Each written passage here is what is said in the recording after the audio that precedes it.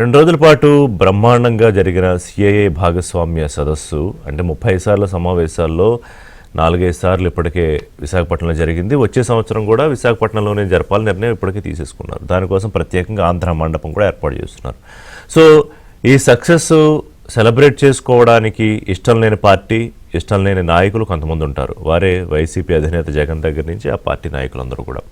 ఇప్పుడు ఈ భాగస్వామ్య సదస్సు సక్సెస్ని, విజయోత్సవాన్ని పక్కదారి పట్టించాలంటే, దాని మీద ఆలోచన నుంచి దారి మళ్లించాలంటే ఇంకోటి ఏదో తెర మీద తీసుకురావాలి. అదే విశాఖ స్టీల్ ప్లాంట్. అంటే ఇప్పుడు విశాఖ ఉక్కు ఆంధ్రుల హక్కు, ఇది ఎప్పటి నుంచో ఒక నినాదం. అలాంటి ఒక విశాఖ స్టీల్ ప్లాంట్ని అదుగదుగో ప్రైవేట్ పరం చేసేస్తారు, ఇదిగిదిగో ఏదో అయిపోతుందని ఎప్పటికప్పుడు ఒక లేనిపోని ఒక ఫేక్ ప్రచారం, ఒక యాగీ చేయడం అనేది అలవాటైపోయింది. ఇప్పుడు జగన్మోహన్ రెడ్డి ముఖ్యమంత్రిగా ఉన్నప్పుడు, ఆయన అధికారంలో ఉన్నప్పుడు ఫ్యాక్టరీ నష్టాల్లోకి వెళ్ళిపోతే ఆయన ఏం చేశారు? ఏమీ చేయలేదు. పైగా ఏమీ చేయకపోగా లక్షల కోట్ల విలువైన విశాఖ స్టీల్ ప్లాంట్కి ఉక్కు పరిశ్రమకున్న భూముల్ని తెగనమ్మాలనే ప్రయత్నం చేశారు. కాదని చెప్పమానండి వైసీపీ నేతల్ని. ఇవాళ మొన్న సిఏ సదస్సు సందర్భంగా ఒక సందర్భంలో మాట్లాడుతూ విశాఖ స్టీల్ ప్లాంట్ గురించి అడిగిన ప్రశ్నకు, స్టీల్ ప్లాంట్ని పరిరక్షించడానికి కూటమి ప్రభుత్వం అప్పటికప్పుడు ప్రయత్నాలు చేస్తోంది, అయినా కార్మికులు అర్థం చేసుకోలేకపోతే ఎలాగా? జీతాలు పెంచాలనో ఇంకోటో డిమాండ్లు ఏంటి? ఊరికనే జీతాలు ఇస్తారా? ఉత్పత్తి పెంచాలి కదా అని చంద్రబాబు నాయుడు మాట్లాడారు. దాన్ని తీసుకుని అసలు ఇట్లా మాట్లాడతారా, కార్మికులను బెదిరిస్తారా అంటూ, ఇదే కార్మికుల కోసం, ఇదే స్టీల్ ఫ్యాక్టరీ మూతపడిపోకుండా ఉండడం కోసం వాజ్పేయి ప్రధానమంత్రిగా ఉన్నప్పుడు ఆ ప్రభుత్వంతో మాట్లాడి 2800 కోట్లు తెప్పించారు చంద్రబాబు నాయుడు. అప్పుడే కాదు, ఎప్పుడు స్టీల్ ప్లాంట్ సంక్షోభంలో ఉన్న టీడీపీ ఆదుకుంది. అంటే చంద్రబాబు నాయుడు ముఖ్యమంత్రిగా ఉన్నప్పుడే ఆదుకున్నారు. So Rashtriya Ispat Nigam limited, RINL అనే ఈ ఉక్కు పరిశ్రమ 1992లో ఏడాదికి 3 మిలియన్ టన్నుల సామర్థ్యంతో ప్రారంభమయ్యి ఇవాళ రోజుకు 16,200కు పైగా 16,322 టన్నులు టు బీ ప్రిసైజ్డ్ ఉత్పత్తి చేయగలుగుతోంది. సరే, దాంట్లో లోపాలు లేవా? కేంద్ర రాష్ట్ర ప్రభుత్వాల వైపు నుంచి ఇంకొంత మెరుగ్గా ఏమన్నా చేస్తే బాగుంటుందా అంటే రెండు ప్రాబ్లమ్స్ ఏంటంటే, ఒకటి సొంత ఐరన్ ఓరు విశాఖ స్టీల్ ప్లాంట్కి ఇవ్వడము, క్యాప్చూ ఐరన్ మైన్కి సంబంధించి ఒకటి. రెండోది ఏంటంటే ఈ రవాణాకు ప్రత్యేకమైన రైల్వే వ్యాగన్లు ఏర్పాటు చేయడం. నిన్న షర్మిల ఏపీసీసీ చీఫ్ కూడా ఇదే అంశాలు ప్రస్తావించారు. సరే, ఆవిడ ఈ ఎంత ఉత్పత్తి చేస్తే అంత వేతనం అనే జీవో ఏంటి, అన్యాయం కదా, ఇదేమన్నా మోదీ బినామీ కంపెనీయా, ఇంకోటి పొలిటికల్ కామెంట్స్ చేశారు, సహజంగా పొలిటికల్ పార్టీగా. అలాగే స్టీల్ ప్లాంట్ అమ్మాలనే కుట్ర చేస్తున్నారని. స్టీల్ ప్లాంట్ని అమ్మాయి అనుకుంటే కేంద్ర ప్రభుత్వం, రాష్ట్ర ప్రభుత్వం కలిపి ఈ సుమారుగా 17 నెలల్లో 15,000 కోట్ల సహకారం, అంటే ఏ ప్రభుత్వ రంగ సంస్థకు ఇవ్వనంత ఎందుకు స్టీల్ ప్లాంట్కి చేస్తాయి?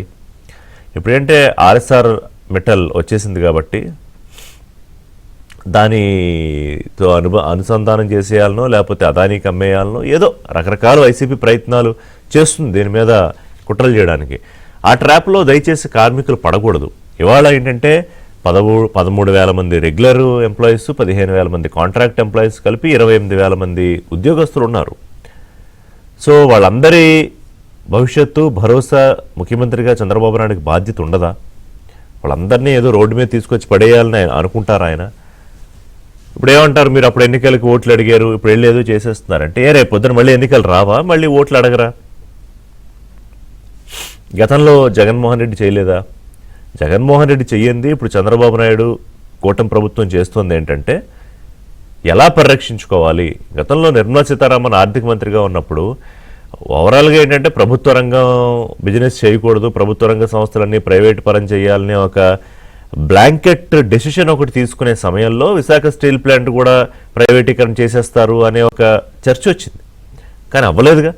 ఈ చర్చ వచ్చి సుమారు 3 ఏళ్ళు అయిపోయింది. ఎన్నికలకు ముందు వచ్చిన చర్చ, కానీ అయిపోలేదు. ఇప్పుడు డిప్యూటీ సీఎం పవన్ కళ్యాణ్ అప్పుడు వెళ్ళారు, వాళ్ళతో మాట్లాడారు, కార్మికుల సమస్యలు తెలుసుకున్నారు. చంద్రబాబు నాయుడు వెళ్ళారు. నిన్న కాక మొన్న కూటమి ప్రభుత్వం వచ్చిన తర్వాత చొరవ తీసుకుని కేంద్ర ఉక్కు మినిస్టర్, స్టీల్ మినిస్టర్ కుమారస్వామి వారు వచ్చారు, స్టీల్ అండ్ ఇండస్ట్రీస్ మినిస్టరు, వారిని తీసుకొచ్చి ఒక భరోసా ఇప్పించారు. ఇవన్నీ చేయదు కదా ప్రభుత్వం. సింపుల్గా కామ్గా ఉంటారు. ఇప్పుడు కేంద్రం కనుక దీన్ని ప్రైవేట్ పరం చేసేయాలని నిర్ణయం తీసుకుంటే ప్రయత్నం చేయకుండా కామ్గా ఉంటే అయిపోతుంది కదా, ఏదో కంపెనీకి అమ్మేసుకుంటారు. ఇప్పుడు నష్టాల్లో ఉందా అంటే సరే, దాని గురించి కూడా మాట్లాడతా. ఈ 15-18 నెలల్లో ఎంత పెరిగింది సామర్థ్యము? 48% నుంచి 80% పెరిగింది. ఓన్లీ సింగిల్ ఫర్నేస్ మీద, బ్లాస్ట్ ఫర్నేస్ మీద. 3 ఫర్నేసుల్లో సరే మిగతా పని చేయడానికి ఏం కావాలి ఇవి మాట్లాడచ్చు. కార్మికులుగా తమకు ఏం కావాలి, ఇంకా సామర్థ్యం ఎలా పెంచుతాము, ఇంకా ఎలాంటి సహకారం కావాలి అని. లోపాలు లేవని నేను చెప్పట్లేదు, కానీ దీన్ని మొత్తం ఏదో అయిపోతుంది ఇక్కడ స్టీల్ ప్లాంట్ని మొత్తం కేంద్ర రాష్ట్ర ప్రభుత్వాలు కూర్చొని టేబుల్ వేసుకుని ఎవరో ప్రైవేట్ కంపెనీ వాళ్ళకి వస్తే ఇదిగో ఎంత అంత అని ఏదో బేరాలు పెట్టేస్తున్నారు అని ఏదైతే ప్రయత్నాలు చేస్తోందో వైసీపీ, ఆ తప్పుడు ప్రచారాన్ని కార్మికులు నమ్మకూడదు అనేది. ఇవాళ ప్లాంట్ ఫైట్ అని ఎందుకు అనాల్సి వచ్చిందంటే దీని మీద ఒక పెద్ద యుద్ధం చేయాలనే ఆలోచన కొంతమంది చేస్తున్నారు. అది జరగకుండా రాష్ట్ర ప్రభుత్వం అడ్డుపడే ప్రయత్నం చేస్తోంది. ఇప్పుడు ఇవాళ చంద్రబాబు నాయుడు కానీ, డిప్యూటీ సీఎంగా ఉన్న పవన్ కళ్యాణ్ కానీ రెగ్యులర్గా మోదీ గారితోనూ కేంద్ర ఉక్కు పరిశ్రమ మంత్రితోనూ చర్చలు జరుపుతూనే ఉన్నారు. అంటే దీన్ని ఎట్లాగా ప్రభుత్వ రంగంలోనే ఉంచాలి అనేది. దీన్ని వైట్ ఎలిఫెంట్ అన్నారని. వైట్ ఎలిఫెంట్ ఎప్పుడవుతుంది? మనం ఏమన్నా ఎక్కువ పెట్టేసి దాని నుంచి ఉత్పత్తి సరిగ్గా రాక రోజు ఫీడ్ చేస్తూ ఉండాలంటే వైట్ ఎలిఫెంట్ అవుతుంది. బట్ అలాంటి పరిస్థితుల్లో లేదు కదా స్టీల్ ప్లాంట్. ఇంకొంచెం చొరవ చూపించి ఇంకొంచెం హెల్పింగ్ హ్యాండ్ ఇస్తే బ్రహ్మాండంగా చేస్తుంది. ఇప్పుడు రాష్ట్ర ప్రభుత్వం ఏదైతే నిర్మాణాలు చేస్తోందో దాంట్లో ఎంత ఉక్కు అయితే అవసరం అవుతుందో అదంతా విశాఖ స్టీల్ నుంచే కొంటున్నారు. కంపారిటివ్లీ విశాఖ స్టీల్ ఎక్కువ, విశాఖ స్టీల్ ప్రైస్ ఎక్కువ, దానికి డిమాండ్ ఎక్కువ ఉంది. ఎందుకంటే దాని సామర్థ్యం అంత ఉంటుంది కాబట్టి. మరి అప్పుడు నష్టాల్లోకి ఎలా వెళుతుంది? నష్టాల్లోకి వెళ్ళాలి, పంపించాలి అని ఉద్దేశపూర్వకంగా పంపించి ప్రైవేట్ పరం చేసేయాలంటే తప్ప విశాఖ స్టీల్ ప్లాంట్ నష్టాల్లోకి వెళ్ళదు, ప్రైవేట్ పరం అవ్వదు. మరి కేంద్ర రాష్ట్ర ప్రభుత్వాలు ఆలోచన చేస్తున్నాయా? 12,000 కోట్లు 15,000 కోట్లు డెకరేట్ చేసి లాభానికి అమ్మేసుకుందాం అనుకుంటున్నాయా? ఇవి విపక్షాలు చేసే విమర్శలు. ఒకవేళ అందులో నిజం ఉంటే మాట్లాడదాం, ప్రభుత్వాన్ని కూడా ప్రశ్నిద్దాం. మీరు ఐరన్ ఓర్ ఎందుకు ఇవ్వరు, రైల్వే వ్యాగన్ స్పెషల్గా ఇవ్వండి, ఇవన్నీ అడగచ్చు. కానీ ఏమీ లేకుండా ఒక అమాయకులైన కార్మికుల్ని వాళ్ళ కుటుంబాన్ని టెన్షన్ పెట్టడం వల్ల ఎవరికి రాజకీయ లబ్ధి జరుగుతుందో ఆలోచించండి. ఒకే ఒక్క పార్టీ, జగన్మోహన్ రెడ్డి పార్టీకి రాజకీయ లబ్ధి జరుగుతుంది. కమ్యూనిస్టులు పోరాటం చేశారా స్టీల్ ప్లాంట్ని కాపాడుకోవడానికి? అఫ్ కోర్స్ ఎప్పుడు పోరాటం చేస్తారు. వాళ్ళతో కలిసి అప్పుడు పవన్ కళ్యాణ్ కూడా పోరాటం చేశారు. సో ఈ ఆంధ్రప్రదేశ్లో జరుగుతున్న అభివృద్ధి నుంచి కుట్రలు చేసి పక్కదారి పట్టించడం ఎలాగో తెలియక ఈ స్టీల్ ప్లాంట్ మీద పడడం ఎంతవరకు కరెక్టు? దీని మీద ఉక్కు పరిశ్రమలో ఏం జరుగుతోంది, కార్మికుల ఆందోళనకు కారణం ఏంటి, కార్మికులకి ప్రభుత్వానికి మధ్య ఏమన్నా గ్యాప్ ఉందా? ఉంటే ఆ చొరవ తీసుకోవాల్సింది కూటమి ప్రభుత్వమే. అలాగే కేంద్రం నుంచి ఇంకా ఏం కావాలి స్టీల్ ప్లాంట్కి? ఈ ప్రైవేటీకరణ అనేది ఏదో ఒక బూచ్లాగా వారానికి 10 రోజులకు ఒకసారి ఎందుకు తెర మీదకి వస్తుంది? ఇవన్నీ ఒకసారి మాట్లాడదాం. మనతో పాటు సిపిఎం సీనియర్ నాయకులు మాజీ ఎమ్మెల్యే గఫూర్ గారు జాయిన్ అవుతున్నారు బ్రేక్ఫాస్ట్ షోలో. నమస్కారం సార్. పెద్దిరెడ్డి రవికిరణ్ గారు బీజేపీ అధికార ప్రతినిధి, అలాగే నజీర్ గారు రాష్ట్ర ప్రధాన కార్యదర్శి టీడీపీ నాయకులు. నమస్కారం నజీర్ గారు, రవికిరణ్ గారు. సార్, గఫూర్ గారు, మీరు ఎప్పటి నుంచో ఈ స్టీల్ ప్లాంట్ అంశం మీద అనేక సందర్భాల్లో మాట్లాడారు, పోరాటాలు చేశారు. ప్రతి సందర్భంలోనూ వాళ్ళ కార్మికులకు అన్యాయం జరగకుండా చేసే ప్రయత్నమే అందరూ చేసాం. ఇవాళ కూటమి ప్రభుత్వం కూడా దాని నుంచి వెనక్కి ఏం వెళ్ళట్లేదు. గతంలో నిర్మలా సీతారామన్ గారు మేము ఒక బ్లాంకెట్ డెసిషన్ లాంటివి తీసుకుంటున్నాము, కేంద్ర ప్రభుత్వం ఆధీనంలో ఉన్న సంస్థలు ఏవైతే ప్రైవేటీకరణ చేసే అవకాశం ఉంటే వాటి గురించి ఆలోచిస్తున్నాం అన్నప్పటి నుంచి ఆగింది స్టీల్ ప్లాంట్. కానీ ప్రతి సందర్భంలోనూ ఈ టెన్షన్ ఏంటి సార్? ఎందుకని స్టీల్ ప్లాంట్ విషయంలో చర్చ? కృషి గారు, మీకు మిగతా పెద్దలకు నమస్కారం అండి, వీక్షకులకు కూడా. సార్, ఈ చర్చ ఇప్పుడు ప్రజెంట్ జరుగుతున్నదే చంద్రబాబు గారు లేవనెత్తినటువంటి అంశం వల్ల చర్చ జరుగుతుంది. ఈ మధ్య స్టీల్ ప్లాంట్ మేనేజ్మెంట్ ఒక సర్క్యులర్ ఇష్యూ చేసిందండి, పోయిన శుక్రవారం ఎప్పుడో అనుకుంటాను. ఆ ఇష్యూ చేసిన సర్క్యులర్ ఏమంటే ప్రొడక్షన్ టార్గెట్స్ ఫిక్స్ చేస్తూ ఈ రకమైనటువంటి ప్రొడక్షన్ వస్తే మీకు శాలరీస్ ఉంటాయి, లేకపోతే మీ శాలరీస్ ఆ పర్సంటేజ్ ప్రకారంగా తగ్గించడం జరుగుతుంది అని. అది చట్ట విరుద్ధం. ఎందుకంటే ఏ మేనేజ్మెంట్ కూడా ఆ రకంగా ప్రొడక్షన్ లింక్ చేసి వేజెస్ ఇస్తాము చట్టానికి విరుద్ధం. అది ఎవరు చెప్పినా, ఎందుకంటే ఒకసారి జీతము అనేటువంటిది ఫిక్స్ అయిపోయిన తర్వాత అది మేనేజ్మెంట్ ఇవ్వాల్సిందే. అయితే ప్రొడక్షన్ ఇన్సెంటివ్స్ పెడతారు. ప్రొడక్షన్ ఇన్సెంటివ్స్ పెట్టినప్పుడు ప్రొడక్షన్ ఎక్కువ చేస్తే ఇన్సెంటివ్ ఎక్కువ ఇస్తారు. ఇప్పుడు ఒకప్పుడు స్టీల్ ప్లాంట్ 110% దాటిపోయింది. అప్పుడేం జీతాలు ఎక్కువ ఇవ్వలేదు కదా. ఇప్పుడు 80% ప్రొడక్షన్ లో ఉంది. 80% అనేది ఆప్టిమం ప్రొడక్షన్ బాగానే ఉన్నట్లు లెక్క. అయితే 10% రావాలని కోరుకున్నాం. అదే సింగిల్ బ్లాస్ట్ ఫర్నేస్ మీద. కాబట్టి అది మిగతా 2 బ్లాస్ట్ ఫర్నేస్ కనుక తయారైపోతే ప్రొడక్షన్ 110 ఇంకా మించిపోతుందండి. తర్వాత రెండవది ఋషి గారు ప్రత్యేకత ఏమంటే విశాఖ స్టీల్ ప్లాంట్ యొక్క ప్రొడక్షన్ ఆగదండి. ప్రొడక్షన్ బయట మార్కెట్ లో చాలా డిమాండ్ ఉంది. అంటే క్వాలిటీ స్టీల్ అని. క్వాలిటీ స్టీల్ అందుకోసం బిల్డర్స్ కూడా ప్రిఫర్ చేస్తారు. రాష్ట్ర ప్రభుత్వం కొనడం ఒక భాగము, కానీ బయట బిల్డర్స్ కూడా విశాఖ స్టీల్ ప్లాంట్ కొంచెం రేట్ ఎక్కువ ఉన్నప్పటికీ స్టాండర్డ్ స్టీల్ అనేటువంటి ఒక మంచి పేరు ఉంది విశాఖ స్టీల్. అవును. అయితే బయట దేశాల్లో మార్కెట్ సంపాదించుకోవాలని మొదటి ప్లాను. అది ఎంత ఉందో ఏమో నాకు ఆ వివరాలు తెలియవు. కానీ ఇప్పుడు సమస్య ఏమిటి సార్? ఇప్పుడు ప్రైవేటైజేషన్ అంటే ఏమిటి అనేది ఇప్పుడు ప్రశ్న వస్తుంది. అంటే మొత్తాన్ని ఆక్షన్లు పెట్టి ప్రైవేట్ యజమానికి ఇచ్చేస్తున్నారు అనేటువంటిది ఇప్పుడు కొత్తగా ఇప్పుడు ఆరోపణ కాదు. అయితే మానసికంగా BJP party committed for privatization. అది రహస్యం కాదు, వాళ్ళు చెప్పేది, వాళ్ళు ఓపెన్ గా చెప్పేదే అది. అందుకోసం స్టీల్ ప్లాంట్ ను కాపాడుకోవాలని కోరిక తప్పు కాదు. ఎందుకంటే స్టీల్ ప్లాంట్ ప్రైవేటైజ్ చేస్తారు అనేటువంటి ఒక చర్చ గతంలో నడిచింది. ప్రభుత్వం చెప్పింది, పార్లమెంట్ లో ఆన్సర్ చేసింది, మేము ప్రైవేటైజ్ చేయబోతున్నాం అని చెప్పారు. అయితే ఈ మధ్య మార్పు ఉంది అనేటువంటి చెప్తున్న సంతోషం. వాళ్ళు కనుక మేము ప్రైవేటైజ్ ప్రభుత్వం వచ్చాక మోదీ గారు సరే కన్విన్స్ చేసో నిర్మలా గారితో మాట్లాడో, ఓ పక్కన చంద్రబాబు నాయుడు గారు, పవన్ కళ్యాణ్ గారు ఏదో ప్రయత్నం చేస్తున్నారు. ఓకే, నాకేం అభ్యంతరం లేదు. నేను చెప్పేది ఏమిటంటే ఇప్పుడు కార్మికులు ఊరికే వాళ్ళు ఏదో గోక్కుంటున్నారు కాదండి. సెంట్రల్ గవర్నమెంట్ యొక్క ఫిలాసఫీ అది ఉంటే ఎప్పుడైనా ఒక కత్తి మెడ మీద ఉంటుంది అనుకోండి, ప్రతివాడు ఎప్పుడు మీద పడుతుందో అనేది ఉంటుంది కదా. ఇప్పుడు ఏం చేస్తున్నారు స్టీల్ ప్లాంట్ లో? ఇప్పుడు మీరు 11,000 చిల్లర కోట్లు మీరు కేంద్ర ప్రభుత్వం సహాయం చేసింది. Okay, it is good. దాన్ని కూడా నేను వ్యతిరేకించడం లేదు, మంచిది. అట్లాగే ముఖ్యమంత్రి గారు అంటున్నారు మేము 2,400 కోట్లు ఈక్విటీగా మార్చినాము ఎలక్ట్రిసిటీ బిల్స్.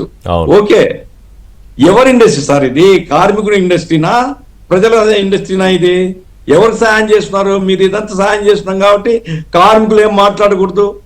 ఎక్కడ న్యాయం ఇది? కార్మికులు మాట్లాడిన వినే ఓపిక ఉందా ఈ ప్రభుత్వము? ఈవెన్ చంద్రబాబు నాయుడు, లోకేష్ గారు ఎవరైనా కార్మిక సంఘాలతో కూర్చొని మాట్లాడినారా? ఇప్పుడు 2009లో స్టీల్ ప్లాంట్ ప్రైవేటైజేషన్ వ్యతిరేకంగా 2009 సంగతి చెప్తున్నాను నేను. ఆ రోజుల్లో పెద్ద అజిటేషన్ చేస్తూ ఉంటే చంద్రబాబు నాయుడు గారు ఢిల్లీలో పోయి అడ్రస్ చేశారు ఆ కార్మికుల్ని. నేను వస్తే వెంటనే గన్నుల కోసం నేను పోరాడతాను మీకోసం అని. అది మాటనే కదా, అది గుర్తుండదా? అంటే ప్రతిపక్షంలో ఉంటే ఒక నాలుక, అధికార పక్షంలోకి వస్తే ఒక ఇంకో నాలుక మారిపోతుందా? ఇప్పుడు నేను ఋషి గారు సింపుల్ గా అడుగుతున్నాను, నేను గన్నులు గనక మీరు క్యాప్టివ్ మైన్స్ ఇచ్చేస్తే సాలిన 4,000 కోట్ల రూపాయలు స్టీల్ ప్లాంట్ లాభం వస్తుందండి. ఓకే, కాబట్టి మీరు అక్యుములేటెడ్ లాసెస్ ఒకవైపు చూపిస్తూ కార్మికులు బెదిరించడం ఎట్లా? గనులు ఇవ్వకపోవడానికి కార్మికులు కారణమా? మీరు టాటాకి ఇస్తారా గనులు? జిందాల్కి ఇస్తారా? ప్రైవేట్ ప్లాంట్లకి, జిందాల్కి, టాటాకి వీళ్ళకి ఇస్తున్నారు. స్టీల్ ప్లాంట్ ఎవరిదండి? అదేమన్నా ప్రైవేట్ వాళ్ళదా? ఏమొచ్చినా గవర్నమెంట్ కదా. మీరు అడిగిన ప్రశ్నల మీద మిత్రులిద్దరు, కూటమి ప్రభుత్వం ప్రతినిధులు ఇద్దరితో కూడా మాట్లాడి మీ దగ్గరికి వస్తా చెప్తాను. ఒక్క నిమిషం ఋషి గారు. కాబట్టి నేను చెప్పేది ఏమిటంటే కార్మికుల్ని ఊరుకురిగా ఇప్పుడు చంద్రబాబు నాయుడు గారు ఇప్పుడు అనవసరం ప్రసంగం కదా అది. కార్మికులు వైట్ ఎలిఫెంట్స్ ఇప్పుడు ఒక మంచి కార్మికులు అనలేదు. మీరు కనుక ఊరికి ఇట్టట్టు చేస్తే అది వైట్ ఎలిఫెంట్ అయిపోతుంది. 3 లక్షల కోట్లు పెట్టుబడులు వస్తున్నాయన్నారు. సంతోషం. ఈ రాష్ట్రంలో పారిశ్రామికరణ కోసం ఏ ప్రభుత్వం ఎవరు పనిచేసినా ఎవరేమి ఆనందించే వాళ్లే కదా. ఒక్క పార్టీ తప్ప అట్లా కాదు గఫూర్ గారు, ఒక్క పార్టీ ఒక్క నాయకుడు తప్ప మీరు అందరూ రాష్ట్రంలో అందరూ ఆనందించే వాళ్ళే. రాష్ట్రానికి అభివృద్ధి జరిగి పెట్టుబడులు. ప్రభుత్వాన్ని మేము విమర్శిస్తే మేము జగన్ మనుషులని. ఇప్పుడు కూటమి ప్రభుత్వము, జగన్ ప్రభుత్వం మా దృష్టిలో మా ప్రభుత్వాలు కాదు కదా. మేము ప్రజల తరఫున అడిగే హక్కు మాకుంది. కాబట్టి చెప్పేది దయచేసి శ్రద్ధగా విని అర్థం రవికిరణ్ గారు నజీర్ భాయ్, మీ దగ్గరికి వచ్చే ముందు రవికిరణ్ గారు, ఇప్పుడు వారు కొన్ని ప్రశ్నలు అడిగారు. సరే, ఒకటి మీరు బ్లాంకెట్ గా డెసిషన్ తీసుకున్నారా, ఈ విధానపరమైన నిర్ణయాల, అదొక చర్చ దేశవ్యాప్తంగా జరగాల్సింది. Confine to the steel plant అదైతే ఆగింది కదా, అది చంద్రబాబు నాయుడు గారి చొరవ, పవన్ కళ్యాణ్ గారి చొరవ, లేకపోతే బీజేపీ రాష్ట్ర నాయకులు మీలాంటి వాళ్ళ చొరవ, ఏదైనా కానివ్వండి. కానీ ఊరికే ఇదేదో నష్టాల్లో ఉన్నదాన్ని మేము ఏదో కాపాడేము, లేకపోతే ఈ పాటికి ఇది వెళ్ళిపోయేది, లేకపోతే మూసేవో, ఎందుకు ఇది వస్తుంది? దానికి ఒక సొంత ఐరన్ ఓరో, క్యాప్టివ్ మైనో, లేకపోతే ఈ రైల్వే వ్యాగన్లో ఇవన్నీ ఇస్తే ఎందుకు బ్రహ్మాండంగా పెర్ఫామ్ చేస్తుందని గఫూర్ గారు చెప్తున్నారు. సో ఇవాళ ఈ చర్చ ద్వారా మనం కార్మికులకు కానీ, లేకపోతే దీని మీద ఉన్న సందేహాలకు కానీ ఒక నివృత్తి చేసే ప్రయత్నం చేద్దాం. రవికిరణ్ గారు, తప్పనిసరిగా అండి. రిషి గారు, ముందుగా మీకు తోటి ప్యానలిస్ట్కి, ఏబిఎన్ వీక్షకులందరికీ శుభోదయం అండి. నమస్కారం. ఒకటి 2-3 అంశాలండి. ఒక మెయిన్ పాయింట్ ఏంటంటే 2019 నుంచి 24 వరకు జగన్మోహన్ రెడ్డి గారి ప్రభుత్వం రాష్ట్రంలో ఎటువంటి అభివృద్ధి ప్రాజెక్ట్స్ తీసుకురాకపోవటం సరిగదా, ఉన్న ప్రాజెక్ట్స్ వెళ్ళిపోయేలాగా, పారిపోయేలాగా అనేకమైన ప్రాజెక్ట్స్ చేశారు ఆయన. అవును, అమర్ రాజా బ్యాటరీని ఎక్స్పాన్షన్ ఇక్కడ చేయాలి, వాళ్ళు ఏడిపించి పంపించేశారు కదా. జాకీ లాంటి పరిస్థితులను పంపించేశారు కదా. మొన్న ఇది రెన్యూ అనేది పునరుత్పాదక విద్యుత్తులో 22,000 కోట్లు పెట్టుబడి పెడతామని చెప్పి ఆ రోజు వస్తే పీపీఎల్ రద్దు చేసి జగన్మోహన్ రెడ్డి గారు మీకు మేము అంటే వాళ్ళు వెళ్ళిపోయారు. ఈ రోజు మళ్ళీ వాళ్ళు వెనక్కి వచ్చారు. 82,000 కోట్లు వాళ్ళు పెడుతున్నారు. అంటే జగన్మోహన్ రెడ్డి గారి ప్రభుత్వంలో ఉద్యోగ కల్పన లేదు, జాబ్ క్యాలెండర్ లేదు, జాబ్ లెస్ క్యాలెండర్ ఇష్టం వచ్చినది చేసి, అదేంటి అంటే నాకు వేళ్ళు పుట్టేలాగా బటన్ నొక్కుతున్నాను, మీరు ఆ బటన్ తో సాటిస్ఫై అయ్యండి, రేపు ఎన్నికలు వచ్చాక ఈవీఎం బటన్ కూడా నా కోసం నొక్కండి అని చెప్పి ఊరుకుని ఎటువంటి ఉద్యోగ కల్పన, అభివృద్ధి మీద ధ్యాస పెట్టనటువంటి ప్రభుత్వం జగన్మోహన్ రెడ్డి గారి ప్రభుత్వం.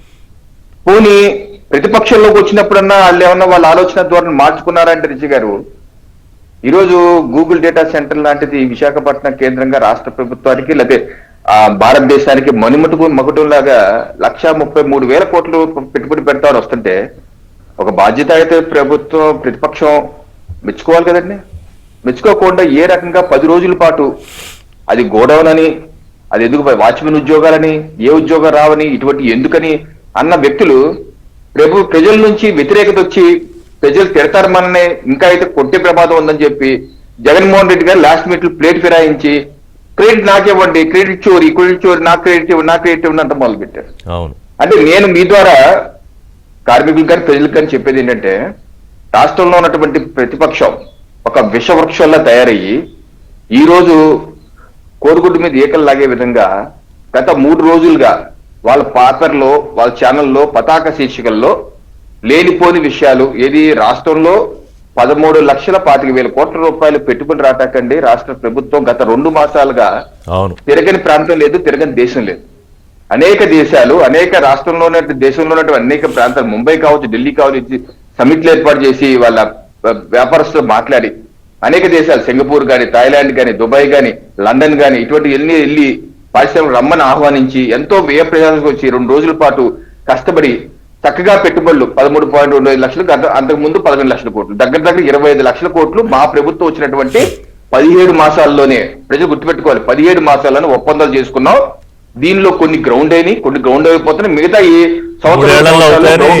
ప్రామిస్ చేశారు 20 లక్షల ఉద్యోగాలు కల్పన లోకేష్ గారు చెప్పారు. నేను పాదయాత్ర ఇవ్వగలను. ఇవన్నీ ఓకే అంటే దీన్ని పక్కదారి పట్టించడానికి వైసీపీ స్టీల్ ప్లాంట్ అంశం తీసుకొచ్చిందని మీరు చెప్పదలుచుకున్నారా? చంద్రబాబు నాయుడు గారు వ్యాఖ్యలతో అది బయటికి మళ్ళీ ఏదో అగ్నికి ఆజ్యం పోసినట్టు అయిందా? ఎందుకంటే ఇప్పుడు అందరూ, షర్మిల్ గారు మాట్లాడుతున్నారు, అందరూ మాట్లాడుతున్నారు దీని మీద. అంటే భాగస్వామ్య తాలూకా విజయోత్సవాలు లేకపోతే దానికి సంబంధించి 2-3 రోజులు లేకుండానే స్టీల్ ప్లాంట్ అంశం తెర మీదకి వచ్చేసింది. వీళ్ళు కావాలని కుట్రపూరితంగా ఎక్కడైతే ప్రభుత్వం క్రెడిట్ వస్తుంది, ప్రజల్లోకి పాజిటివ్ టాక్ వెళ్ళకూడదు అని చెప్పి కావాలని చేసేటువంటి కుట్రపూరితంగా పతాక శీర్షికలు, ఏమంటే ఏ పేపర్ లో అయినా సరే 13.25 కోట్లు వస్తే పతాక శీర్షికలు ప్రింట్ చేయాలో వద్దా అండి? చూడండి 16 తారీఖు ఏముందో, 16 తారీఖు ఆ పేపర్ చూడండి, సాక్షి పేపర్ ఏం పెట్టారో అదేం లేదు పతాక శీర్షికలు. అంటే వాళ్ళు కుట్ర అక్కడ, అంటే కావాలని ఈ నెగిటివ్ ప్రచారం చేయడం, వరుసగా 3 రోజుల నుంచి రెచ్చగొట్టే విధంగా, కార్మికులు రెచ్చగొట్టే విధంగా చేసి తద్వారా ఈ రాష్ట్రంలో అభివృద్ధి జరగకూడదు అన్న ఒక ఎజెండాతో ముందుకు వెళ్తున్నారు.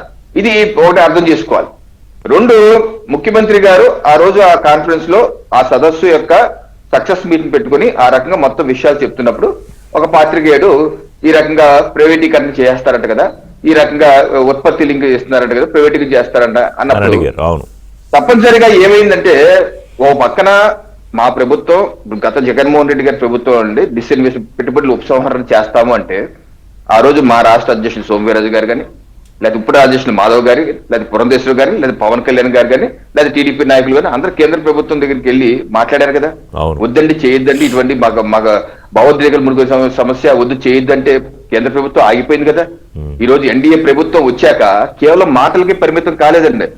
ప్రభుత్వం వచ్చినటువంటి నెల రోజుల్లోనే కేంద్ర రాష్ట్ర కానీ రవికిరణ్ గారు మీరు ఇన్ని ప్రయత్నాలు చేసినా ఈ వైసీపీ రెచ్చగొట్టేదానికి కార్మికులు ఏదైతే పాపం వాళ్ళ ఇదిలో పడుతున్నారో దాన్ని ఆపలేకపోయారు. ఇప్పుడు వెళ్ళి మాట్లాడాలి. ఇప్పుడు అక్కడికి వెళ్ళి ఇందాక గఫూర్ గారు అన్నారు చంద్రబాబు లోకేష్ వాళ్ళు మాట్లాడారా అని. సరే పోనీ చంద్రబాబు లోకేష్ కాకపోతే ఇంకొకళ్ళు ఎవరు పల్లా శ్రీనివాసరావు గారు మాట్లాడారు. మరి వారు వెళ్ళారో లేదో నాకు తెలియదు కానీ, లేకపోతే మీరు వైజాగ్లోనే ఉంటారు అనుకుంటా కదా బీజేపీ నాయకుడు మాధవ్ గారు. అంటే కార్మికులు కూర్చోబెట్టి నచ్చజెప్పి ఇదిగో ఇది వాస్తవ పరిస్థితి అని చెప్పే ప్రయత్నం జరుగుతుందా పోనీ? అది జరుగుతుంది కంటిన్యూస్ ప్రాసెస్. గతంలో కూడా ఇప్పుడు మాట్లాడతారు.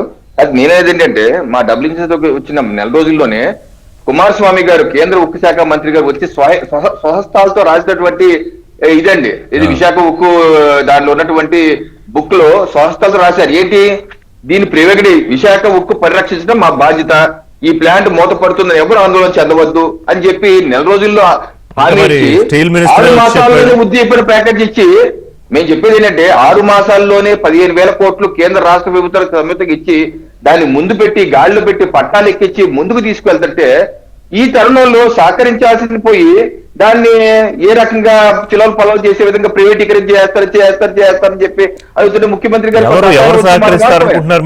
మీకు వైసీపీ సహకరిస్తుందా కూటమి ప్రభుత్వం? కదండి అసలు అది ఆలోచనలో కూడా ఉంటుందా వైసీపీ సహకరించాలనుకోవడం? ఈ రోజు కార్యరూపం దాల్చాం కదా సార్. నేనేంటంటే మా ఎన్డీఏ ప్రభుత్వం మాటలకి పరిమితం కాలేదు, చేతలు కూడా చేసి చూపించి డబ్బులు ఉద్దీపన ప్యాకేజ్ కూడా ఇచ్చి ముందుకు తీసుకెళ్లి ఇద్దరు కలిసికట్టుగా ముందుకు తీసుకువెళ్తుంటే ఇవ్వకపోతే ఇప్పుడు అనొచ్చు మీరు మాటలకే పరిమితం కావాలి, ₹1 ఇవ్వలేదు ఈ రోజు వరకు అని చెప్పి ఇచ్చి ముందుకు తీసుకువెళ్తుంటే ఈ రకంగా మాటికి ప్రైవేటీకరణ చేస్తారు. ఎన్నిసార్లు చెప్పారంటే భూపతిరాజు శ్రీనివాస్ వర్మ గారు మన రాష్ట్రంలో ఉన్నారు, మా బీజేపీ ఎంపీ అయిన కేంద్ర ఉక్కు సహాయ మంత్రి ఎన్నిసార్లు చెప్పారు ప్రైవేటైజేషన్ లేదు బాబు మా ప్రభు, ఎందుకు మాటికి ఇలా అంటారు అన్నా సరే ఊరుకోకుండా మాటికి అంటే ఎవరికైనా చిరాకు రాదండి. ఎందుకని చేస్తారన్నాను. ఇంకేదైనా సమస్యలు ఉంటే ఒక క్యాప్టివ్ మైన్స్ వేరే సమస్యలు ఉంటే దాని గురించి చర్చించచ్చు. అంతేగాని ఇదేదో వైసీపీ పార్టీ ట్రాప్ లో పడిపోయి వాళ్ళ ఎజెండాలో పడిపోయి వాళ్ళ గారు వైఎస్ఆర్సీపీ కాపాడాలనుకుంటూ ఉంటే కూటమి ప్రభుత్వం తీసుకెళ్లే వరకు కట్టబెట్టేస్తుంది అన్నట్టుగా చిత్రీకరిస్తున్నారు. ఇప్పుడు గఫూర్ గారు పోరాటం చేశారనుకోండి, వారి చిత్తశుద్ధిని ఎవరు శంకించరు, ఆయనకేమి ఇంట్రెస్ట్లు ఉండవు, వెస్టెడ్ ఇంట్రెస్ట్లు. కానీ వైఎస్ఆర్సీపీ ఏదో అయిపోతుందని బెంగపడిపోవడం, నిన్నటికి మొన్నేమో బాబాయ్ రాష్ట్రం అప్పుల్లోకి వెళ్ళిపోతుంది, ఏది 13 లక్షల కోట్ల పెట్టుబడులు వస్తే వాళ్ళ దాంట్లో ఏంటి అప్పుల్లోకి వెళ్ళిపోతుంది, జిఎస్టీ పడిపోతుంది, ఇది ఇవాళేమో సదస్సు సక్సెస్ అయితే ఇదిగో ఇది అర్థం చేసుకోవాలి. రాష్ట్ర ప్రజలు అడుగడుకుంటున్నా వైసీపీ అనుకుంటుంది, ఎన్డీఏ ప్రభుత్వం నిలబెట్టాలనుకుంటుంది. ఇది ఒక కురుక్షేత్ర సంగ్రామం జరుగుతుంది. వాళ్ళు ఫేక్ పబ్లిసిటీ చేస్తున్నారు. వాళ్ళకి కావాల్సిన ఒక వైఎస్ఆర్సీపీ ట్రేడ్ యూనియన్ ఉంది విశాఖ స్టీల్ ప్లాంట్ లో, రమణారెడ్డి గారు ఎవరో ఉన్నారు దానికి అధ్యక్షుడు వాళ్ళందరి చేత రెచ్చగొట్టించడం, ఆ పార్టీ యొక్క కార్మికులు రెచ్చగొట్టించడం, ఏదో రకంగా విషం చూపే ప్రయత్నం చేయటం, గోడంతుంటే కొండం చేసి చూపించడం, ఈ రకంగా వైసీపీ పార్టీ ఎప్పుడు పరిరక్షించే ప్రయత్నం చేయలేదు. దయచేసి అర్థం చేసుకోండి. తెలుగుదేశం పార్టీ రాష్ట్ర ప్రధాన కార్యదర్శి నజీర్ గారు ఉన్నారు. నజీర్ గారు, ఇప్పుడు రాష్ట్ర ప్రాజెక్టులు మీరు ఏదైతే నిర్మిస్తున్నారో అమరావతి కానివ్వండి రాష్ట్ర వ్యాప్తంగా వాటికి విశాఖ నుంచే స్టీల్ ఉత్పత్తులు కొనుగోలు చేస్తున్నారు. ఈ 17 నెలల్లో 11,400 కోట్ల సాయం కేంద్రంది, మీరు బకాయిలు ఈక్విటీలుగా మార్చిన 2,400 కోట్లు, ఇవన్నీ కలుపుకుంటే ఇంకా ఇప్పుడు 200 కోట్లు పెండింగ్ ఉన్నా కూడా ఏది విద్యుత్ బిల్లులో ఏది ఇబ్బంది లేకుండా నడుస్తుంది. ఉత్పత్తి సామర్థ్యం పెంపు ఇవన్నీ జరిగినా కూడా ఇది మీరు చెప్పుకోవడంలో మీ వైఫల్యమా, లేకపోతే మీరేదో తప్పు చేసేస్తున్నారని చెప్పుకోవడంలో ఫేక్ ప్రచారం చేయడం వాళ్ళ సక్సెస్సా, ఎట్లా చూడాలి? ఋషి అన్న ముందర మీకు పెద్దలు గఫూర్ గారికి మా సోదరు కిరణ్ గారికి పేరు పేరున నమస్కారం, అస్సలాం వాలేకుం. అలాగే ఏబిఎన్ వీక్షకులు కూడా నమస్కారం, అస్సలాం వాలేకుం. అన్న, తెలుగుదేశం పార్టీకి నారా చంద్రబాబు నాయుడు గారికి కార్మికులుగా అన్న బడుగు బలహీన వర్గాలన్నా మైనార్టీలన్నా అత్యంత ప్రాధాన్యత ఇచ్చే వ్యక్తి అతను. మీరు మీ పాసింగ్ రిమార్క్స్ లోనే అలాగే గఫూర్ గారి పెద్దలు వారన్నా సరే, సోదరుడు కిరణ్ అయినా సరే అనేక విషయాలు చెప్పారు.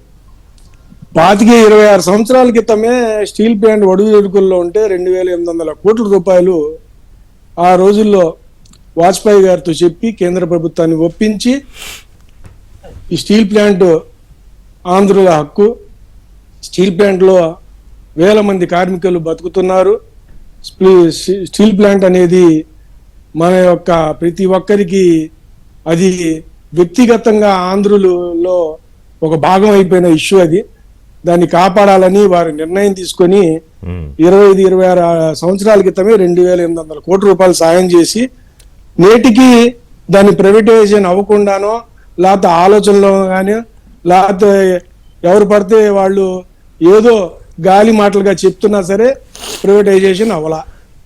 మా ప్రభుత్వాలు వచ్చినప్పుడల్లా 2015లో 12,958 కోట్ల నికర లాభంలో స్టీల్ ప్లాంట్ ఉంది 2015లో. పెద్దలు గఫూర్ గారు తెలుసు. కాలక్రమేణంగా 2019లో అప్పుడు దాకా 2 ఫర్నెస్లు పనిచేసిన స్టీల్ ప్లాంట్ జగన్మోహన్ రెడ్డి ప్రభుత్వం వచ్చిన తర్వాత యాక్చువల్గా 3 బ్లాస్ట్ ఫర్నెస్లు ఉంటాయన్నా, 3లో ఒకటి స్టాండ్ బై ఉండేది, 2 నడుస్తూ ఉంటాయి పూర్తి శాతం ఉత్పత్తి జరగాలంటే. జగన్మోహన్ రెడ్డి ప్రభుత్వం వచ్చిన తర్వాత అది ఒక ఫర్నేస్ కి పడిపోయింది, ఉత్పత్తి శాతం కూడా 45-48% పడిపోయింది. వాస్తవంగా మీరందరూ పెద్దలు, మీరందరూ వాస్తవాలకు పోతే 2021 జనవరి 27న కేంద్ర కేబినెట్ లో డిస్ఇన్వెస్ట్మెంట్ పాలసీ మీద చర్చ జరిగింది, పెట్టుబడి ఉపసంహరణ మీద ఈ చర్చ జరిగింది. 2-3 రాష్ట్రాల్లో ఉన్న స్టీల్ ఫ్యాక్టరీల మీద వాళ్ళు కొన్ని ఆలోచనలు చేస్తున్నారనేది 2021లో జరిగిందన్న. 2021లో ఆలోచన వచ్చింది ఎవరు? వైసీపీ ప్రభుత్వం ఈ రాష్ట్రంలో ఉన్నప్పుడు. అప్పటి నుంచి తెలుగుదేశం పార్టీ ఇక్కడ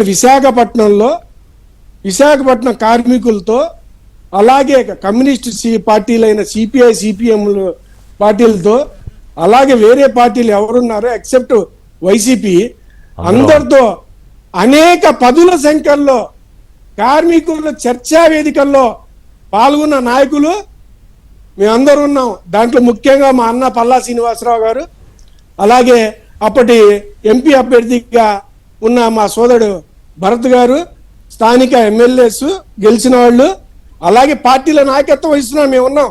గఫూర్ అన్నని తెలుసుకోమని కావాలంటే వాళ్ళని తెలుసుకోమనండి, సిపిఎం వాళ్ళకి సిపిఐ వాళ్ళకి. ప్రతి చోట నెలల తరబడి అనేక సమస్యల మీద కార్మికులతో కూర్చొని రౌండ్ టేబుల్ కాన్ఫరెన్స్ లో వాటిలో జరిగిన విషయాల మీద, చర్చల మీద జరిగిన అన్నిటినీ మా అధిష్టానానికి తెలియపరచడం. ముఖ్యంగా మా అన్న పల్లా శ్రీనివాసరావు గారు, వారు అప్పుడు అక్కడ ఎమ్మెల్యేగా లేరు, ఓడిపోయి ఉన్నారు. కానీ కార్మికుల కోసం, అక్కడ ఉన్న బడుగు బలహీన వర్గాల కోసం ఆమరణ నిరాహార దీక్ష కూర్చున్నాడు మా వాడు. 7-8 రోజులు ఎటువంటి తిండి తినకుండా స్టీల్ ప్లాంట్ కాపాడటం కోసం తన ప్రాణాన్ని త్యాగం చేస్తూ తను, ఎందుకంటే స్వయాన వాళ్ళ నాన్నగారు ఒక కార్మికుడు కాబట్టి అతని సాదర బాధ 100% అన్న. ఇదే కార్మికులు, ఇదే ప్రజలు, ఇదే అన్ని పార్టీ వాళ్ళు. కరెక్టే నజీర్ గారు. ఇప్పుడు మీరు ప్రభుత్వంలో లేకపోయినా ప్రయత్నం చేశారు అందరినీ కలుపుకొని, ఎక్సెప్ట్ వైఎస్ఆర్సీపీ. కాదు నా పాయింట్ వినండి. కూటమి ప్రభుత్వం వచ్చాక కూడా రెగ్యులర్ గా సంప్రదింపులు జరుపుతూ దాన్ని కాపాడుకునే ప్రయత్నం చేస్తున్నా కూడా ఎందుకు నిందలు మోయాల్సి వస్తోంది అది చెప్పండి నాకు. అంటే అందులో ఉన్న వైసీపీ కార్మిక సంఘాలు రెచ్చగొట్టడం వల్ల, లేకపోతే చంద్రబాబు నాయుడు గారు వాళ్ళు అడిగిన ప్రశ్నకి ఈ రకమైన వ్యాఖ్యలు చేయడం వల్ల, లేకపోతే నిజంగానే ప్రమాదం పొంచి ఉందా? ఏదో అంటారు కదా, ముస్తాబు చేసి ఒక రోజు పంపించేస్తారు అని, ఏదో మేకపోతును బలిచ్చినట్టు. అట్లా కూడా చర్చ ఎందుకు జరుగుతోంది? ఇప్పుడు మంచి ఉన్న చోట చెడు ఉండిద్ది అన్న, అభివృద్ధి ఉన్న చోట వినాశనం చేసే వాళ్ళు ఉంటారు. అలాగే ఇక్కడ వైఎస్ఆర్సీపీ అనేది ఒక భూతం, కేవలం విశాఖపట్నానికే కాదు ఈ రాష్ట్రానికే పెద్ద భూతం. మేము మీకు కొన్ని విషయాలు చెప్పాలి, ప్రజలకు తెలవాలి మీ ద్వారా. ఉమ్, ఇప్పుడు మా ప్రభుత్వం అప్పుడు ప్రభుత్వం లేనప్పుడు మేము చేసిన ప్రయత్నాలు చర్యల వల్ల నారా చంద్రబాబు నాయుడు గారు వచ్చి కార్మికుల్ని ఉద్దేశించి స్టీల్ ప్లాంట్ గారు మాట్లాడారు, నారా లోకేష్ గారు వచ్చి మాట్లాడారు, పవన్ కళ్యాణ్ గారు వచ్చి మాట్లాడారు.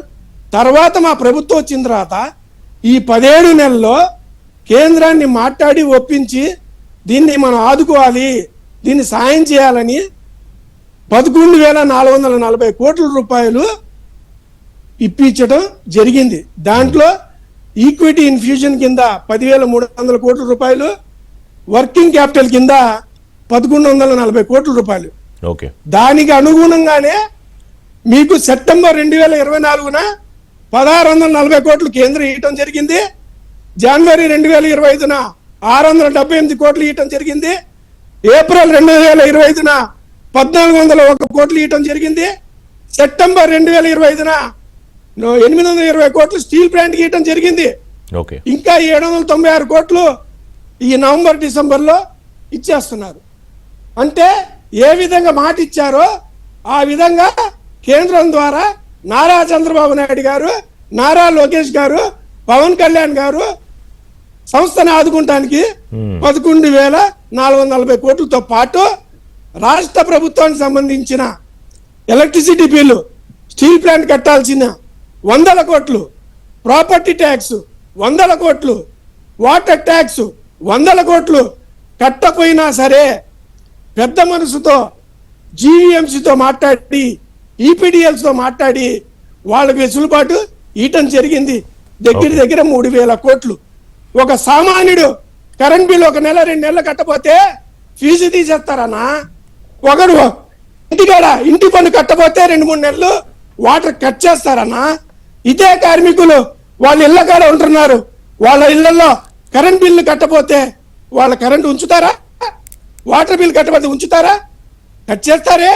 కానీ సంస్థ మంది ప్రజలది, పేద ప్రజలది, బడుగు బలైన వర్గాలది, నా కార్మికులదని మన నాయకుడు, నా నాయకుడు నారా చంద్రబాబు నాయుడు గారు అనుకున్నారు. కాబట్టే 3,000 కోట్ల రూపాయలు ప్రజాధనం, ట్యాక్స్ పేయర్స్ డబ్బులు. అది ఈ 5.5 కోట్లు విశాఖపట్నం కార్పొరేషన్ పరిధిలో ఉన్న 32 లక్షల మంది కట్టే ట్యాక్స్ డబ్బులు కూడా. కానీ విమర్శలు లేకపోతే భయాలు ఏంటంటే, ఇప్పుడు ఆర్సెల్ఆర్ మిట్టల్ అక్కడే విశాఖలోనే వస్తోంది.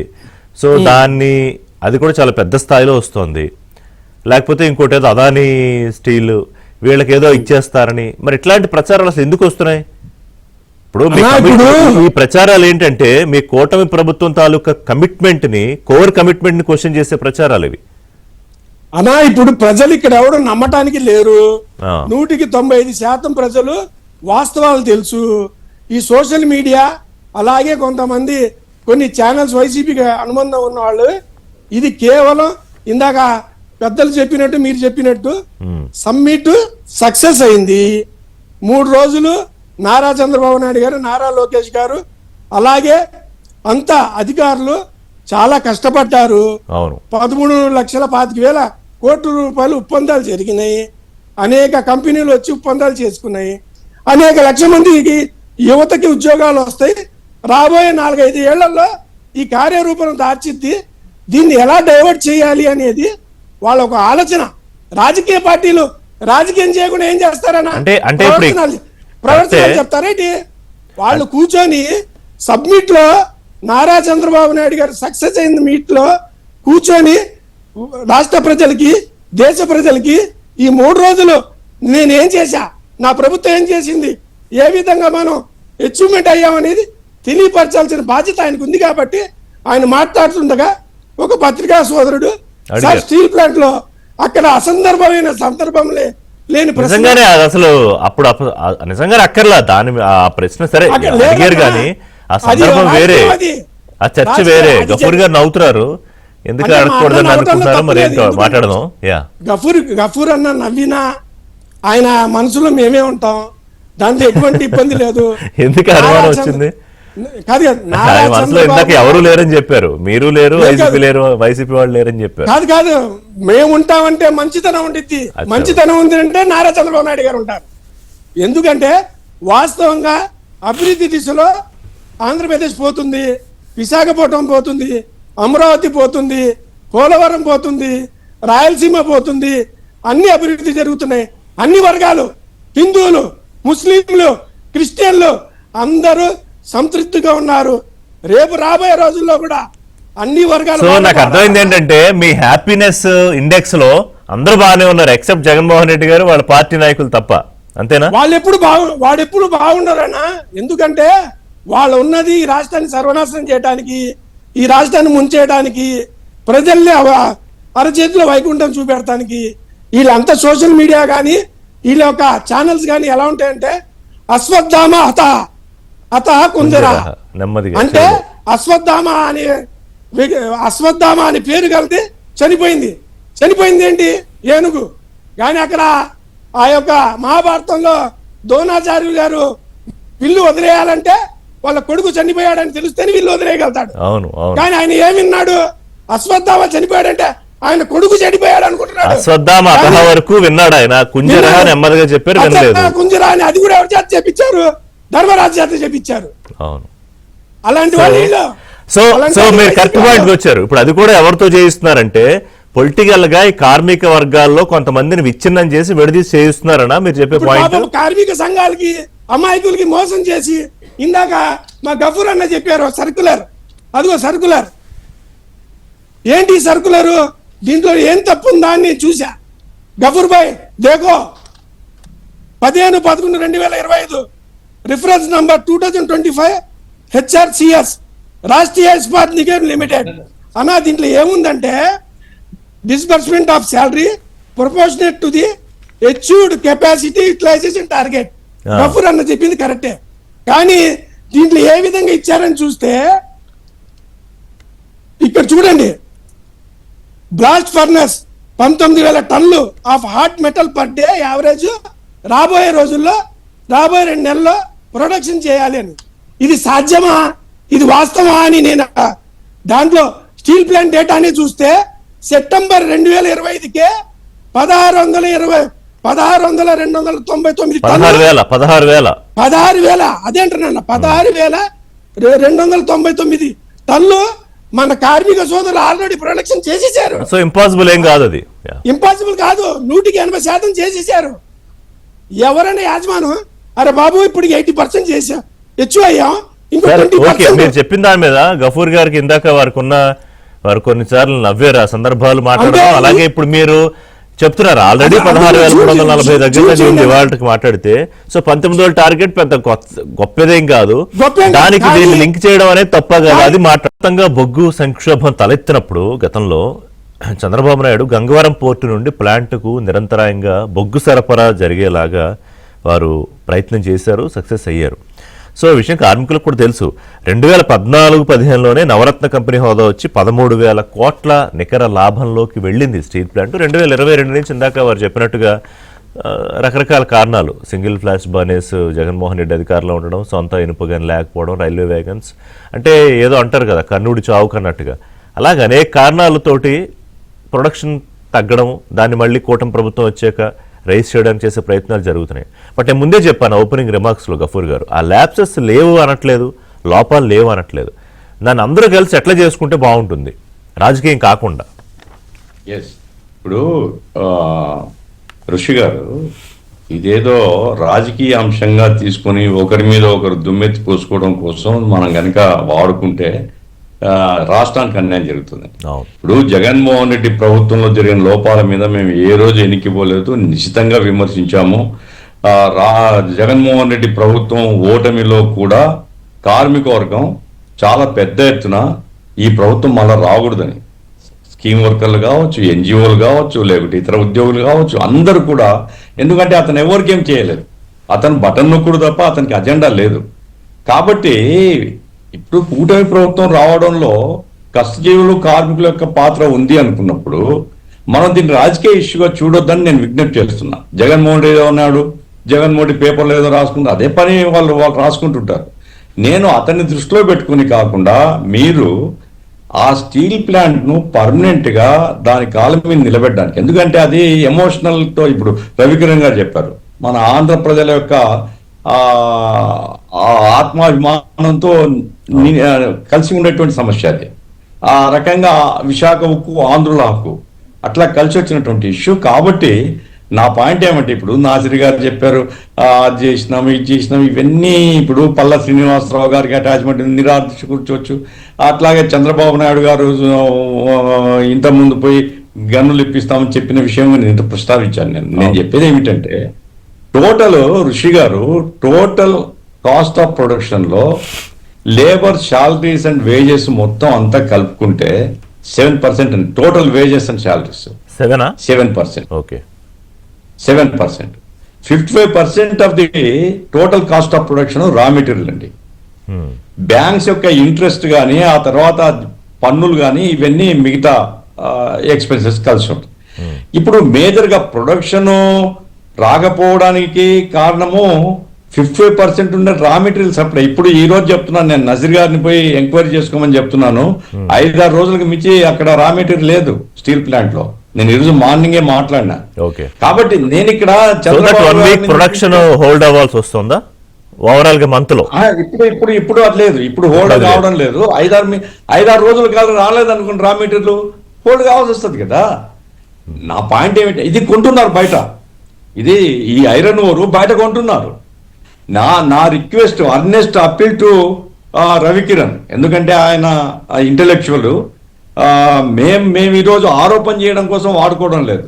ఇది మన ఆంధ్ర ప్రజల యొక్క ఆస్తి, ఆంధ్ర ప్రజల యొక్క భావోద్వేగాలతో కలిసి ఉండేటువంటి ఇష్యూ. కాబట్టి కొంచెం సీరియస్గా ప్రయత్నాలు చేసి, ఇప్పుడు వర్కర్లు ఏమడుగుతున్నారు సార్, ఒకటేమంటే క్యాప్టివ్ మైన్స్ ఇవ్వమని అడుగుతున్నారు. ఇది ఎప్పటి నుంచో అడుగుతున్నారు, నంబర్ 1. నంబర్ 2 ఏమడుగుతున్నారు, షెయిర్లో కనుక దీన్ని విలీనం చేస్తే మాకు ఎటువంటి అభద్రత ఉండదు, మొత్తం స్టేట్ వైడ్ కంట్రీ వైడ్గా ఉండేటువంటి steel authority of India export body, అది ఎక్స్పోర్ట్ బాడీతో ఉంటుంది, వరల్డ్ ఎకానమీని కూడా వాళ్ళు దృష్టిలో పెట్టుకొని ఇవన్నీ కూడా ప్లాన్ చేస్తుంటారు, కలపమని అడుగుతున్నారు. కలపడానికి అడ్డంకి నాకు తెలిసినంత వరకు ఏంటంటే ఒక 35,000 కోట్ల ఎంతో అప్పులు ఉన్నాయి. ఏది మన విశాఖ స్టీల్ ప్లాంట్ రీషెడ్యూల్ చేయొచ్చు. అరే మొన్న అదానికి అవసరమైతే 6,000 కోట్లు ఎల్ఐసి అప్పు, ఎల్ఐసి నుంచి ఇప్పేయడానికి ఆస్తులు ఉన్నాయి కదా సార్, బ్రహ్మాండంగా 2 లక్షల కోట్ల దగ్గర ఆస్తులు ఉన్నట్టున్నాయి కదా. అర్నెస్ట్ అప్పీల్ అండి, నేను ఒక మెట్టు దిగి అర్నెస్ట్ అప్పీల్ అంటున్నాను. దయచేసి ఇది రాజకీయ ఇష్యూగా చూడకుండా సెంట్రల్ గవర్నమెంట్ ను రిప్రజెంట్ చేయడానికి. ఇప్పుడు మొన్న ఆర్సీ మిత్తల్ తరఫున 10 మంది ఎంపీలు పోయినారండి, ఏమని క్యాప్టివ్ మైన్స్ ఇవ్వండి అని.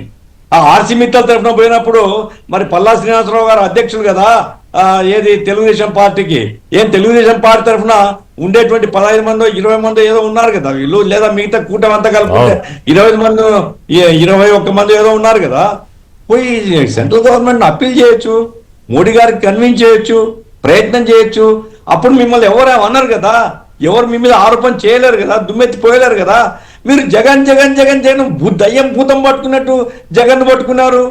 ప్రజల యొక్క మనోభిప్రాయాలు ఏమిటంటే, విశాఖ స్టీల్ ప్లాంట్ కు క్యాప్టివ్ మైన్స్ కావాలని, రెండోది స్టీల్ అథారిటీ ఆఫ్ ఇండియాలో విలీనం చేయమని అడుగుతున్నారు. ఏ మేరకు సాధ్యాశాతాలు మీరు ప్రయత్నం చేస్తే కదా, అది చేయకుండా ఊరికే ఒక పొలిటికల్ ఇష్యూగా మారిస్తే ఏం ఉపయోగం? జగన్ ఉంటాడండి, జగన్ సార్ కిరణ్ జగన్ లేనప్పుడు రాజకీయాల్లోకి రానప్పుడు స్టీల్ ప్లాంట్ ఉంది, అతను ముఖ్యమంత్రిగా లేనప్పుడు ఉంది, ముఖ్యమంత్రిగా ఉన్నప్పుడు ఉంది, ప్రతిపక్షంలో ఉన్నప్పుడు ఉంది. కాబట్టి జగన్ పక్కన పెట్టేసి మనం ఈ రాష్ట్ర ప్రజల యొక్క మనోభిప్రాయాలు, కార్మికులు భయాందోళనలు ఇవి దృష్టిలో పెట్టుకుని చూస్తే మంచిది. ఇప్పుడు క్యాప్టివ్ మైన్ గురించి స్ట్రైట్ అవే నేను చెప్పదలసింది ఏంటంటే, స్టీల్ ప్లాంట్ 77లో శంకుస్థాపన చేశారు, 92లో కమర్షియల్ ఆపరేషన్స్ అయింది. సబ్జెక్టు 92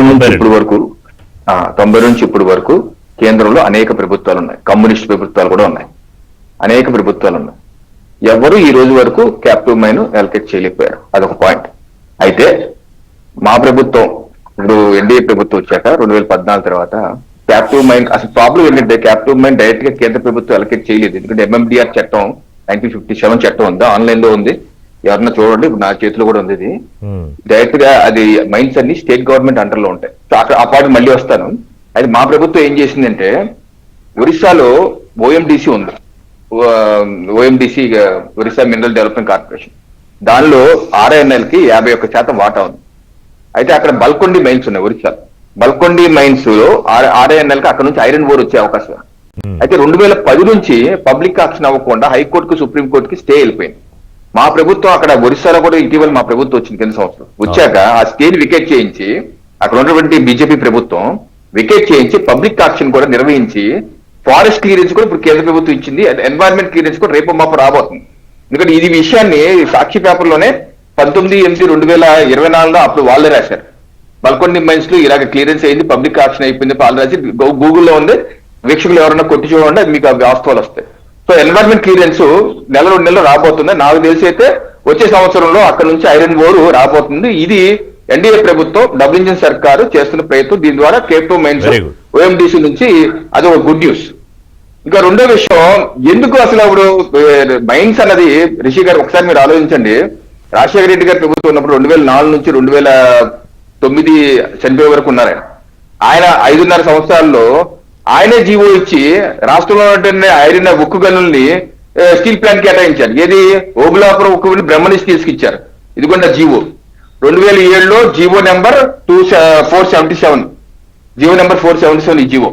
ఏది ఓబులాపురం గనుల్ని బ్రహ్మణి స్టీల్స్ కి రాష్ట్ర ప్రభుత్వం ఇచ్చినటువంటి జీవో ఎలకేట్ చేస్తూ ఐరన్ ఓర్ ని.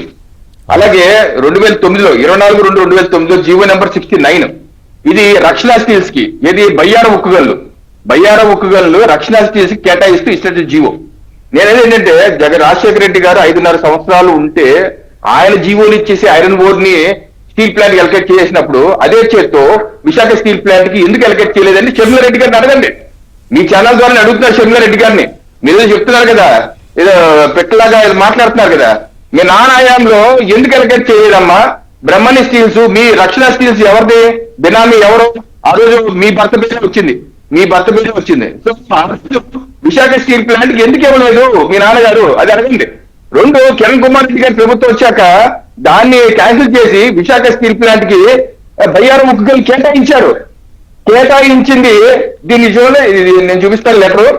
ఇది Visakha steel plant RINL MD గారు ఇచ్చినటువంటి ప్రెస్ రిలీజ్. ఎప్పుడు 2/9/2011 18/4/2013 historical movement for Visakha AP Chowdary.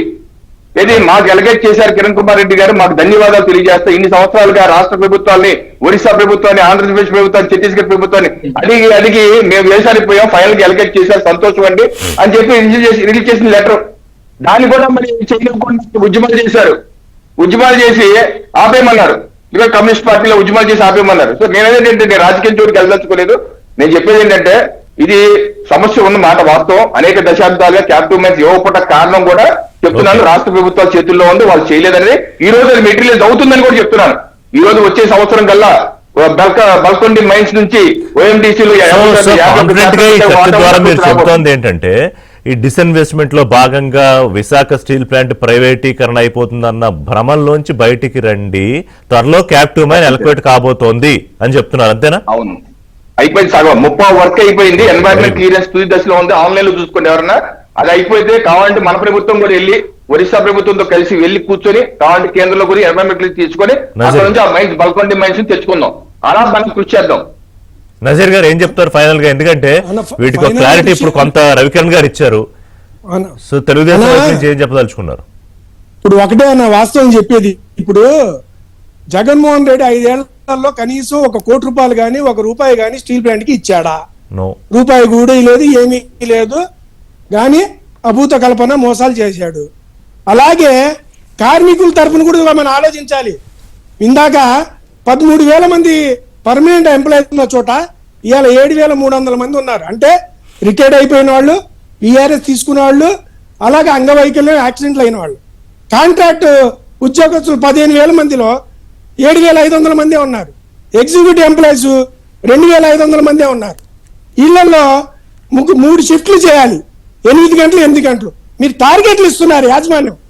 అక్కడ అంత సంఖ్యలో స్టాఫ్ ఉన్నారా, వర్కర్స్ ఉన్నారా, వాళ్ళ మీద లోడ్ పడుతుందా, వాళ్ళకి మనకి సేఫ్టీ మెజర్మెంట్స్ ఉన్నాయా, సేఫ్టీ మెటీరియల్స్ ఉన్నాయా, కనీస అవసరాలు ఇస్తున్నావా?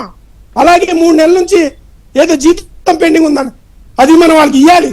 ముఖ్యంగా ధర్నా చేసిన వాళ్ళు చాలా మందికి ఎంట్రీ ఐడెంటిటీ కార్డులకి వాళ్ళ ఆధార్ కార్డు లింకప్ చేసి ఎవరిని రానిట్లేదంట. ఏదో ధర్నా చేశారు, తప్పైపోయింది. యాజమాన్యం కార్మికులు ఎలా ఉండాలంటే అన్నదమ్ముల్లాగా ఉండాలి, అత్తకోడల్లాగా ఉండకూడదు, తోడి కోడల్లాగా ఉండకూడదు. ఏమో ఇప్పుడు ఆ డబ్బులు యాజమాన్యంలో అర్థం కూడా చేసుకుంటారు. ఎవరో వాళ్ళు కూడా మిస్డ్రైవ్ చేస్తున్నారేమో, అది కూడా చెక్ చేసుకోవాలి మీరు. అది యాజమాన్యం, అలాగే కార్మికులు. ఈ సంస్థ మనది, మన తల్లి, మన సార్, కుటుంబం. యాజమాన్యము దీన్ని అభివృద్ధి చేయాలి. కార్మికులు, ప్రభుత్వాలు, ప్రజలు అలాగే అందరిది. చంద్రబాబు నాయుడు గారు తండ్రి లాంటి వాళ్ళు మనకు పెట్టుబడి ఇస్తున్నారు, అప్పులు తీరుస్తున్నారు, సంస్థ నిలబెడుతున్నారు. దీన్ని నిలబెట్టుకోవాలి. ఒకే ఒక్క నిమిషం, గఫూర్ గారు ఏదో అడుగుతున్నారు, ఒకే ఒక్క నిమిషం. చివరి ఒక మాట చెప్పి- కాదు కాదు, మీరే నజీర్ గారు మీరే మాట్లాడదురు కానీ గఫూర్ గారు ఏదో ఒక పాయింట్ అడుగుతున్నారు. గఫూర్ గారు నసీర్ గారికి నా విజ్ఞప్తి ఏమంటే, ఇప్పుడు కరెక్ట్ లైన్ లో వచ్చారు ఆయన. Okay. ఆయన కార్మికుల కష్టాల గురించి మాట్లాడుతూ నేను అభినందిస్తున్నా. నా పాయింట్ ఏమిటంటే, మీరు ఏదన్నా అంటే మీరు కాదు, Yeah. ముఖ్యమంత్రి గారు కానీ లేదా ఇంకెవరన్నా కానీ బాధ్యులు కామెంట్ చేసేటప్పుడు ఒక్కసారిగా కార్మికుల యొక్క పరిస్థితి కరెక్ట్, కూడా కార్మికుల యాంగిల్ నుంచి కూడా గమనిస్తే ఆలోచించాలి కొంచెం. అటువంటి వివాదాల్లోకి మీరు నజీర్ గారు పోవాల్సిన లేదు కదా. Yeah. వివాదాలు గఫూర్ భాయ్, మీరే గఫూర్ మీ భాయ్. కామెంట్స్ సృష్టిస్తాయి. Conclude, కాబట్టి conclude, నజీర్ దయచేసి గారు. నసీర్ గారికి నా విజ్ఞప్తి ఏంటంటే, మీరు ముఖ్యమంత్రి గారితో కార్మిక సంఘాలతో ఒక సమావేశం ఏర్పాటు చేయండి, వాళ్ళ బాధలు వినండి, నా రిక్వెస్ట్ అంతే. రైట్. నజీర్ గారు ముఖ్యంగా గఫూర్ భాయ్, కార్మికుల పక్షాన చంద్రబాబు నాయుడు గారు ఉన్నారు. ప్రతి 3 నెలలకి నేను సమీక్షిస్తున్నా, అన్ని ఊరాలు తెచ్చుకుంటున్నా. Right. ముఖ్యంగా చూద్దాం. ఆర్ కార్డు హోల్డర్స్ ఉన్నారన్న, నిర్వాసితులు ఉన్నారు 8,500 మంది. ఇవాళ అక్కడ స్టీల్ ప్లాంట్ ఉందంటే వాళ్ళు ఇచ్చిన భూముల వల్లే. అదే నజీర్ గారు, ఈ గ్యాప్ ఏదైతే ఉందో ప్రభుత్వం కమిట్మెంట్ తో ఉంది, ఆ విషయంలో కార్మికులకు ఏవో కొన్ని అనుమానాలు ఉన్నాయి. సో ఈ గ్యాప్ ఫిల్లింగ్ అయిపోతే, ఇంకా ఇందాక రవికిరణ్ గారు ఇంకా మంచి విషయం చెప్పారు, అది కూడా కార్మికులకి ఆ కాన్ఫిడెన్స్ వచ్చేస్తే I think problem will be solved. Thank you very much Ravikiran గారు, గఫూర్ గారు, నజీర్ గారు. ఇది వాటి బ్రేక్ఫాస్ట్ అప్డేట్స్ కోసం కీప్ వాచింగ్ ఏబిఎన్ ఆంధ్రజ్యోతి.